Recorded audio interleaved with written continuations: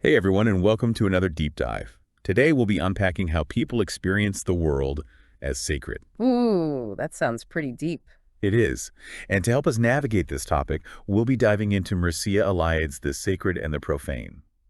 I'm really excited about this one. Uh, I actually think even if you don't consider yourself religious at all, these ideas are going to be super relevant to how we live our lives today. I agree. Eliade's work, he was a pioneer, really, in the study of religion, and his work still offers just so much insight into the human need to find meaning and connection, which I think is something we all struggle with. Totally. So to kick things off, I'm super curious about this fundamental distinction that Eliade makes between the sacred and the profane. Like, what did he mean by those terms? And how did he see these two realms actually playing out in, people's everyday lives? Well, yeah, so for Eliade, the profane is like basically the everyday world, right? It's the realm of work, paying bills, traffic jams, all the stuff that kind of just makes up our ordinary routines. Yeah, the daily grind. Exactly, exactly. But then there's the sacred, which is something else entirely. It's this realm of power, of ultimate reality, something that breaks through the mundane and kind of just fills us with this sense of awe, of being connected to something so much larger than ourselves. Right. So it's not just about religion in the traditional sense, but more like those moments, I guess, when we feel a sense of wonder or transcendence, even if we can't explain it. You got it. And Eliade would argue that these experiences of the sacred, aren't just random. He uses this term hierophany to describe the way the sacred actually manifests itself in the world. Imagine, like, you're sitting in your living room, right, and suddenly a doorway opens up in the middle of the room, just leading to another dimension. Whoa. Okay, I'm picturing that, and it's kind of freaking me out a little bit. Yeah, well, Yeah. maybe not literally. It's more metaphorical, of course, but it gets the point across. It can happen anywhere, anytime, through any object or any event. Okay, so a hierophany is like a glimpse of the sacred breaking into our everyday reality. Mhm. Makes sense. But how does this actually work? I mean, does a tree literally turn into a god or something? Well, not quite. It's more about the meaning that we as humans project onto those objects or those places. For example, a mountain. Right. A mountain might just be a pile of rocks to someone who sees the world in purely material terms, purely scientific. But for someone who experiences the world as sacred, that same mountain could be a symbol of transcendence, like a place where heaven and earth meet. So it's not that the object itself changes, but our perception of it shifts. Yeah, you could put it that way. It's like putting on a different pair of glasses, and suddenly you see this hidden layer of meaning and significance that was always there. I like that analogy. So this is where the idea of sacred space comes in, right?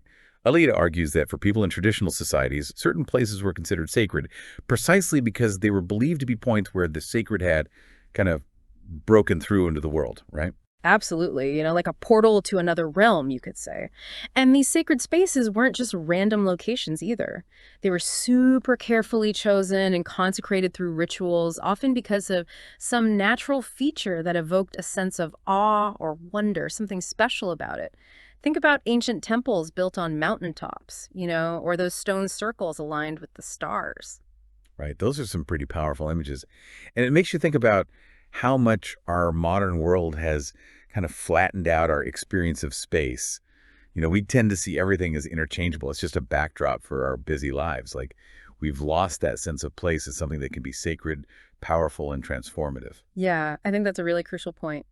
And Eliade would argue that this loss has had a really huge impact on our sense of meaning and belonging in the world. It's like we're just going through the motions, but we're not really connected to the places where we live and work. We've lost that sense of the sacred in our everyday lives. Exactly, and it's not about romanticizing the past or anything. It's more about recognizing, acknowledging that we as humans still have this incredibly deep need to connect with something that's bigger than ourselves, and to find places that inspire that sense of awe and wonder, places that make us feel truly alive.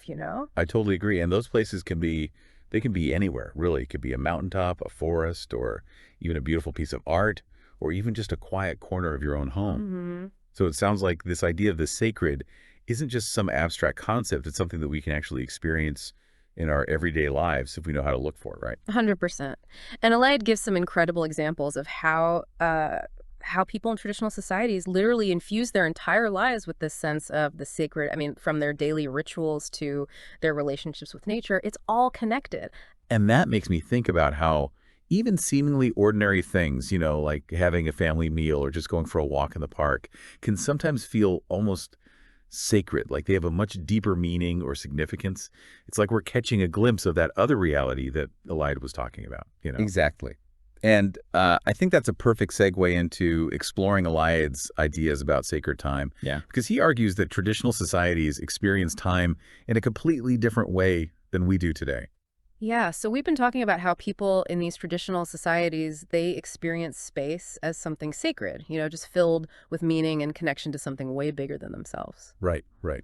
But how did they experience time? Like, I mean, did they even wear watches? Yeah, that's a good question. Did they have, like, calendars and stuff? I'm sure they had ways of tracking, the sun and the seasons, but you're right, their experience of time was totally different from how we experience it today. Eliade, he calls our everyday experience profane time. It's linear, always moving forward, and it's often tied to like deadlines and schedules. That feeling of just being on a treadmill, constantly rushing to get things done. Oh yeah, I know that feeling all too well. So how did sacred time differ from this profane time, this everyday time? Okay, well, think about it this way. Imagine like you're listening to this amazing piece of music that you absolutely love, and you just get lost in the melody. You lose track of time altogether, and for those few minutes, you're not worried about anything else. You're just present, in that experience. Yeah, yeah. That's a taste of sacred time. Okay, so it's like stepping outside of that everyday flow of time and entering a different reality.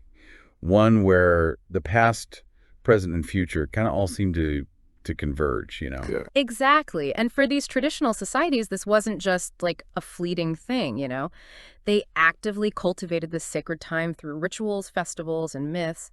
It wasn't just a distraction, but a way of connecting with the eternal, the unchanging, the source of all creation. So it's like they were tapping into a deeper rhythm of existence, something that goes beyond the linear flow of profane time. Exactly. And this is where that idea that eternal return comes in. For so many cultures, time wasn't seen as a straight line, from beginning to end. It was a cycle of creation, destruction, and rebirth over and over again. Right. So it's like the universe is constantly breathing in and out, expanding and contracting, dying and being reborn. And they believed they could participate in this cosmic dance through their rituals and festivals.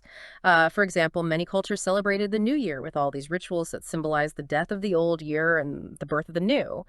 And it wasn't just a change on the calendar, it was a symbolic reenactment, a way to experience the creation of the world. Yeah, I mean, that makes sense. Even today, we still have that feeling with a new year.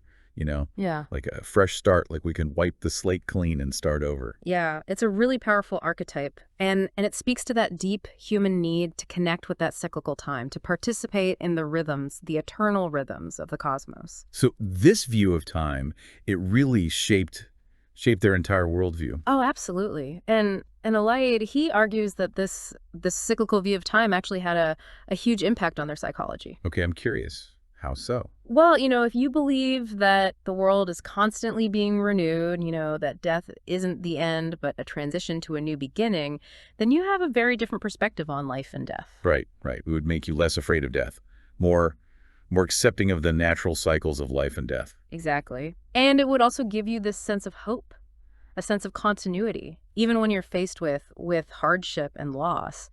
You could find comfort in the fact that the world is constantly being reborn. It's like a cosmic safety net. It's a reminder that even though things change, there's an underlying order to the universe. Everything's going to be okay.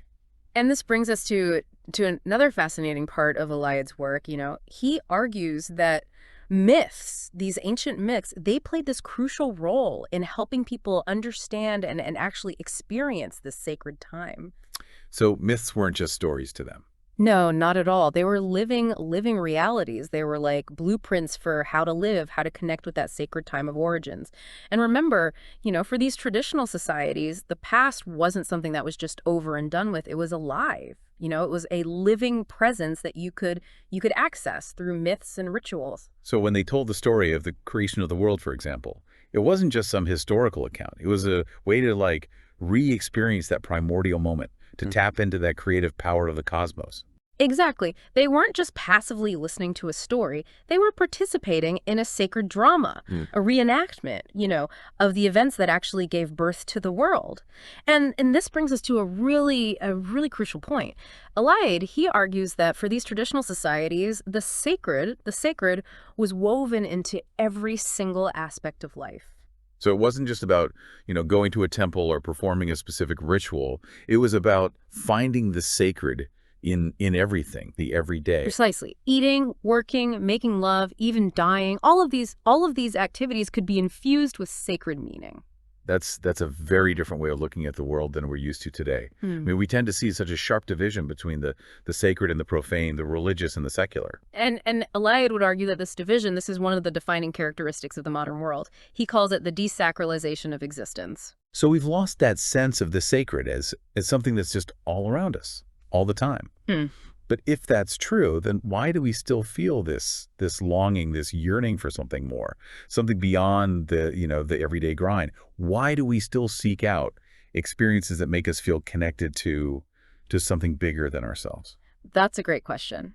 And it gets to the heart of Eliade's work. He argues that even though the modern world has largely desacralized existence, the human need for the sacred, it hasn't gone away. It's just expressed in different ways. So it's like we're still looking for those doorways to another reality, even if we don't always recognize them. Exactly. And I think that's a perfect place to start exploring some of the ways that the sacred is still present in the modern world, even in the most unexpected places. Yeah, that sounds fascinating. I'm eager to hear more about how these ancient patterns of thought and behavior are still shaping our lives today. Even if we're not aware of it. Okay, well, let's dive in and see how Iliad helps us understand the persistence of the sacred in our modern secular world. All right, so we've talked about how people in traditional societies really experience the world as sacred, both in terms of space and time. But now I'm kind of wondering, like, how much of this is still relevant to us today? Because, I mean, let's be real, most of us don't live in a world that's explicitly structured around the sacred. You're right. The modern world has gone through this process of what Eliade calls the desacralization of existence. Right. But that doesn't mean that the sacred has like vanished completely. Actually, he says it sticks around in all sorts of unexpected ways. Okay, so, like, give me some examples. How does this ancient way of thinking about the sacred still pop up in our modern, like, secular world? Well, think about how we still use symbols like, the tree or the mountain in our art or literature, things like that. They might not carry the same explicitly religious meaning that they did way back when, but they still evoke a sense of awe, a feeling of something that's bigger than just the ordinary. That's true. I've always been drawn to images of mountains. There's Yeah. something about them, like their grandeur and stillness, that just makes me feel grounded, connected to something bigger than myself. Exactly. And those symbols, those aren't just random. They're tapping into something deep in I guess, our collective unconscious, like an archetypal memory of the sacred. Okay, yeah. And what about rituals? I know we talked about how rituals were so important in traditional societies, but do we still have those in the modern world? Of course we do. Yeah. They might just look a little different. Think about things like graduations, weddings, even birthday parties. These are all rituals, rituals that mark those big transitions in our lives. And even though they might not be like religious in the traditional sense, they still serve a similar function. I've never thought about it that way, but yeah, you're right. There is something about those rituals that kind of helps us make sense of the chaos of life, to create order and meaning. Yeah, and even in our most secular rituals, you'll often see echoes of those ancient religious practices. Think about how we still, throw rice at weddings, right? That's a symbol of fertility that goes like way back. Or how we light candles on a birthday cake, a symbol of that sacred fire that was so central to many traditional religions. Right. It's like those ancient impulses are still woven into our culture, even if we've kind of forgotten their original meaning. And Eliade, he argues that this is because the human need for the sacred is not something you can just like erase. It's this fundamental part of who we are, something that drives us to search for meaning, connection, to experience something that goes beyond the limitations of just our everyday lives. So even though, we might not build temples or perform animal sacrifices or things like that, we're still trying to connect with the sacred. just in our own ways, right? Absolutely. And those ways, I mean, they can be so diverse. For some, it might be through art, music, nature. For others, it could be through activism, social justice work, or even just spending quality time with loved ones. It's funny thinking back on Eliade's ideas. I'm realizing I've definitely had moments in my own life that have felt, incredibly sacred, even though I wouldn't have used that word at the time. Yeah, what kind of moments? Well, like that time I went hiking in the mountains and I was standing on this ridge overlooking this vast valley, and the sun was setting, the sky was just ablaze with color, and I just felt this overwhelming sense of awe and gratitude. Yeah. It wasn't a religious experience in any traditional sense, but it definitely felt like a hierophany, like a glimpse of something sacred breaking through, into my everyday world. I love that example, and it really shows how the sacred isn't just found in ancient temples or far-off mountains. It's all around us. It's just waiting to be discovered, if we're just open to it. Yeah, I like that.